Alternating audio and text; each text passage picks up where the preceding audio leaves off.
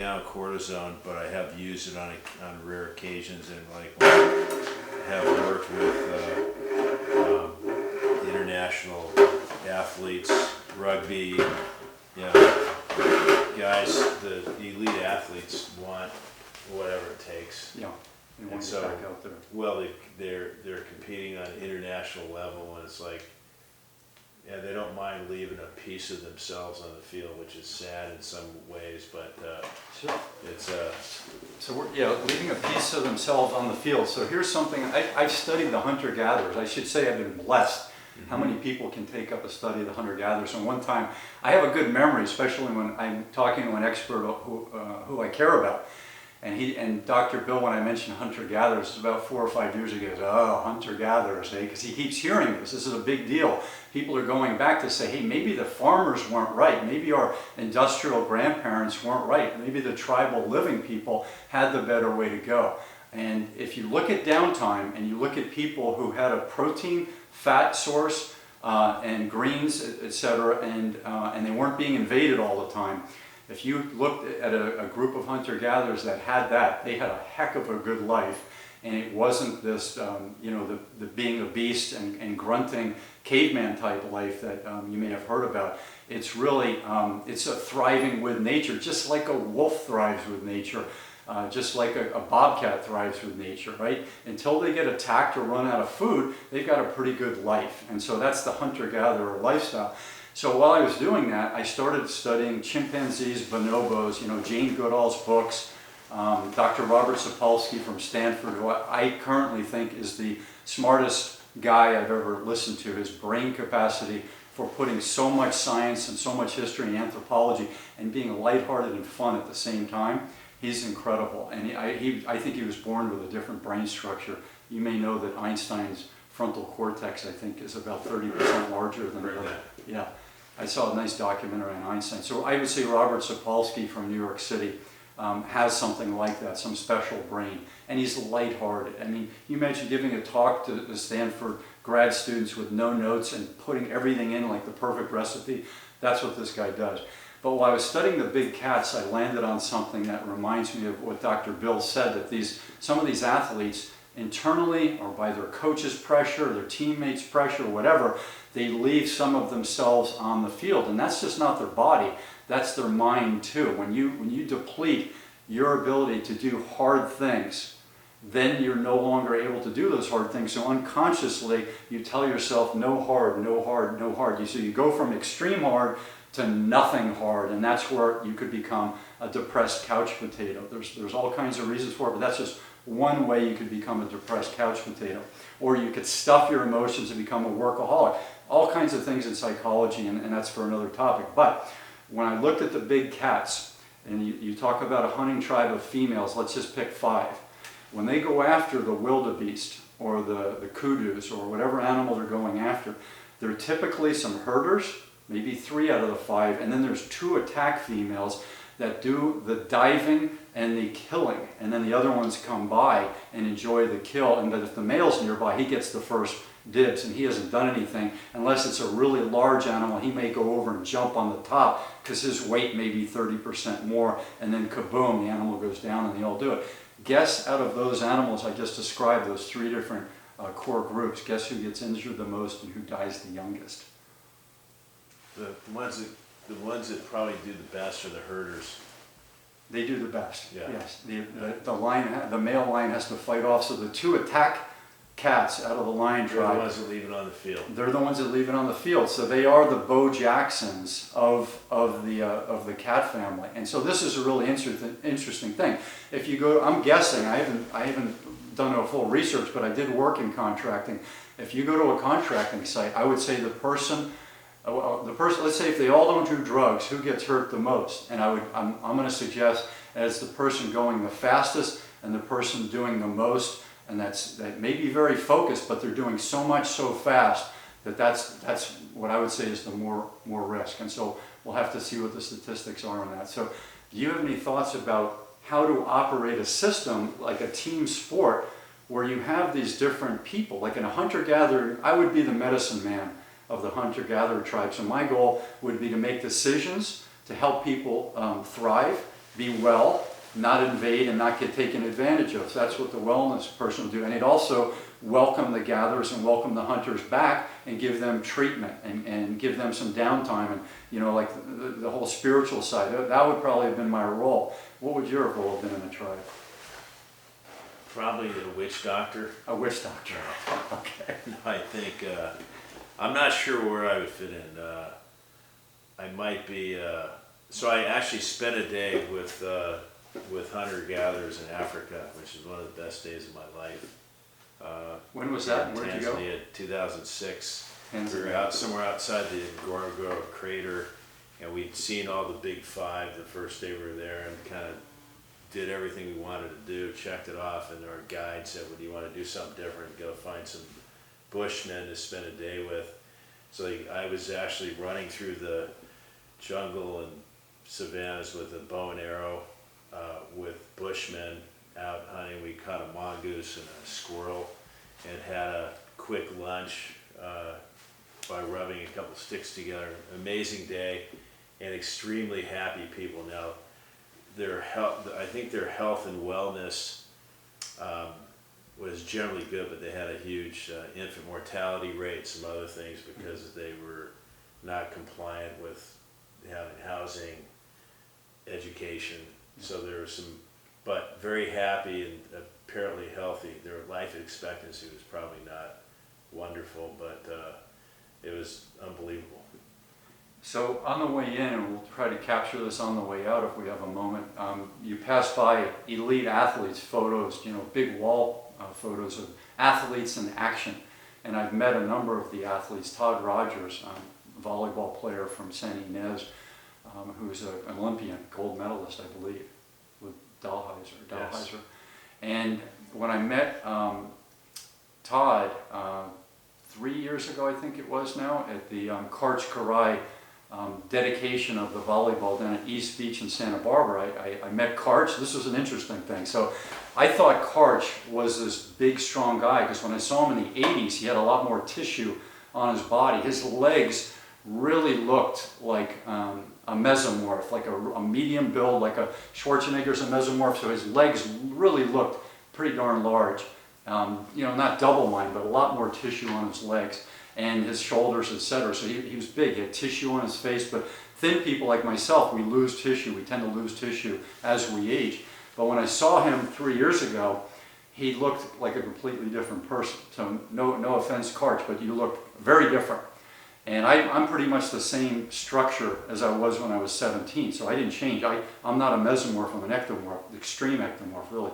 So you went up like this to all this tissue, and then down. And when I went up and talked to Karch, I told him about the aging athlete. I told him what I was doing with it, trying to get the word out to help other athletes make the transition from being a kid to high performance to going into, you know, recreating along the way while you're doing high performance and doing some wellness, and then moving into transitioning into being a post-competitive athlete with wellness and recreation and fun and movement in mind.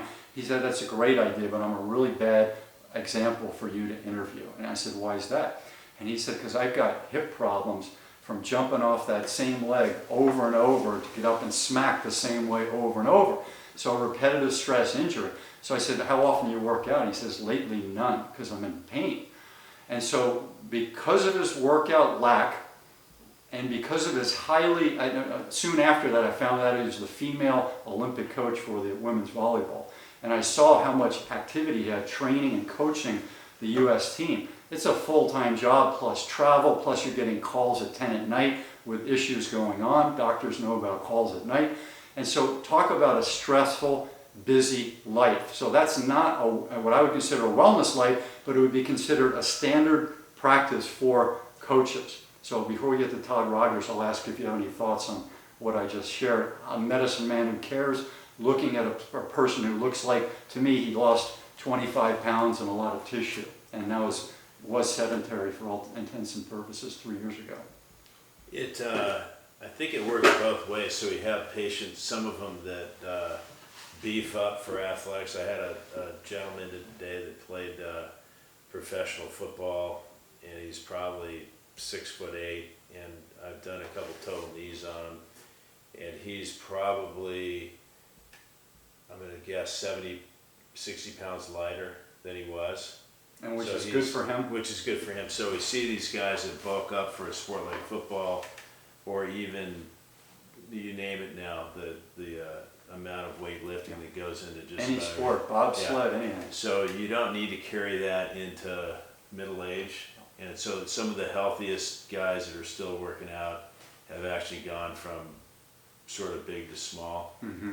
And I don't, so I think that Might be normal. natural progression for some athletes. Okay. And certainly you don't want to keep your extra 50 pounds on that you use to play college or Yeah. pro football, because then you're dying younger.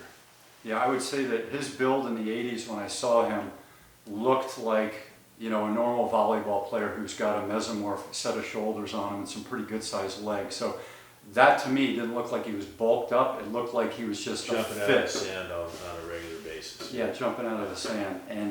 And so maybe his legs were developed to the point of being 40% larger from all of that jumping. Is that possible?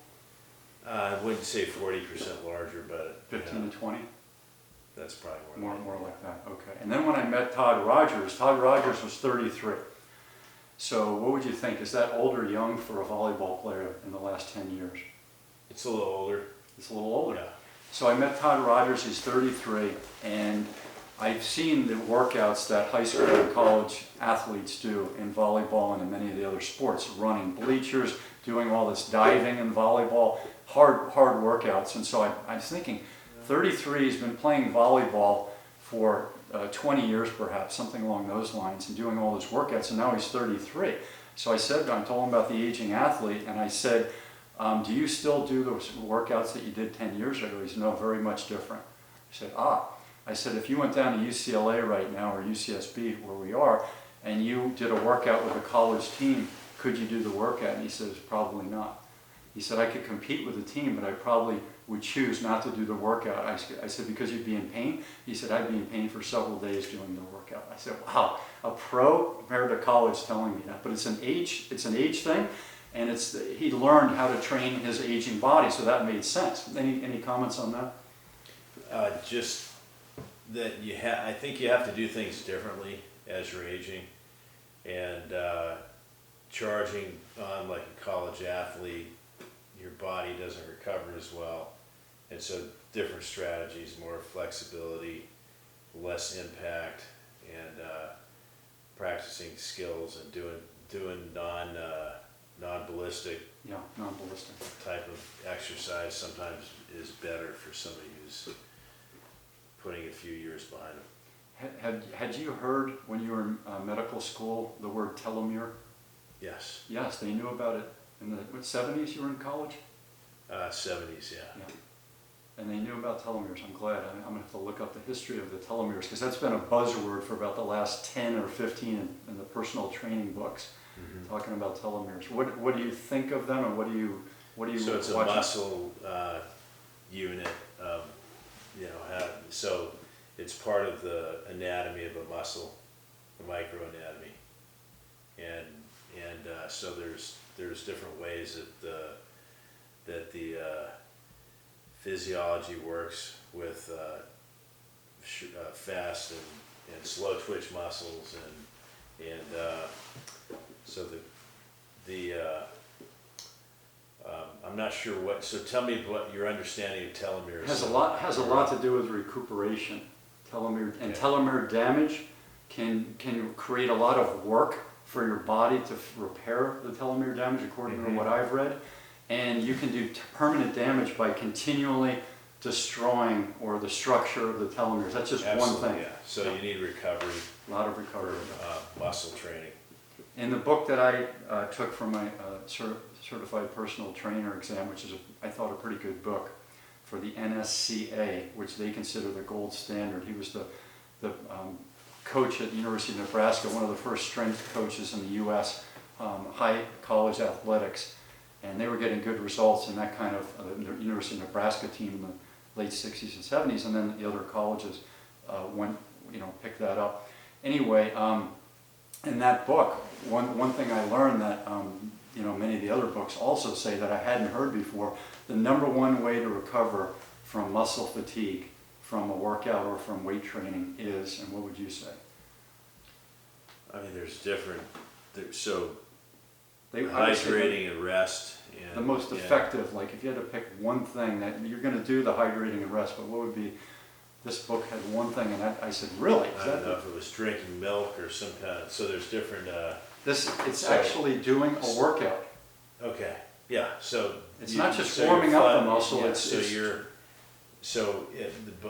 the idea is if you work a muscle out, you've got lactic acid and a lot of things that build up, so you want to flush it out and get it moving, get it firing. And I'm not sure what the, okay. Yeah, that's it. That's the idea, working it out again. And that's the good intro, and there's more to it, and there's more that we don't know why that works. There's a lot of questions. Like, we thought lactic acid for the last 40 years was the reason for muscle fatigue and fitness, and the personal training book I read with all kinds of PhDs and citing sources says we don't consider lactic acid the issue anymore. And then they go into what it is, and it's more convoluted than I care to share right now, and I'm not up on it. But that's something that I always was telling people, and these people were saying that was inaccurate, and they were saying the same thing.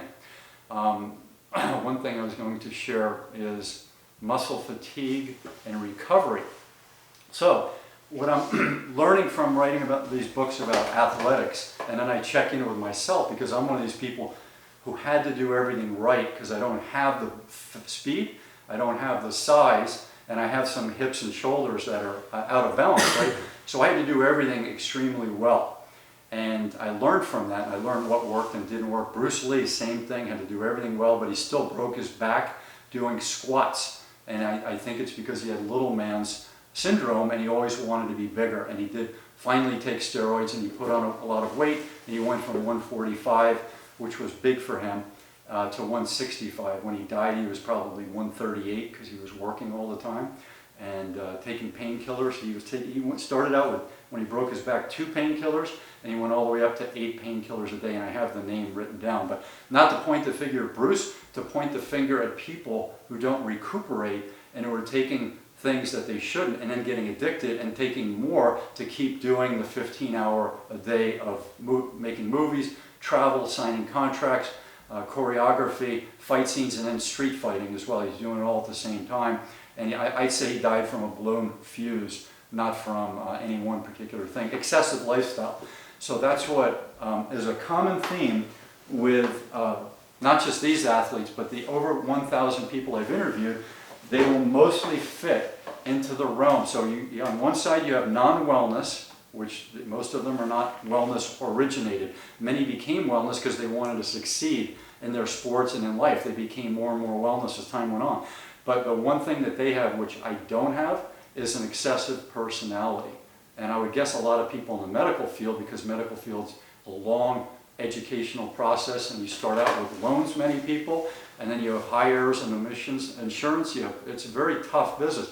I would say that there are probably a lot of excessive personalities in the medical field. What would you say to that? I agree. You would agree. Yeah. So, and that's the risk of falling into the competition part of trying to strive to do a lot of things and neglecting things like home, family, health, fitness, siestas. And so I think that that there's a lot of people that are charging pretty hard, and there's something called physician burnout that you hear about now.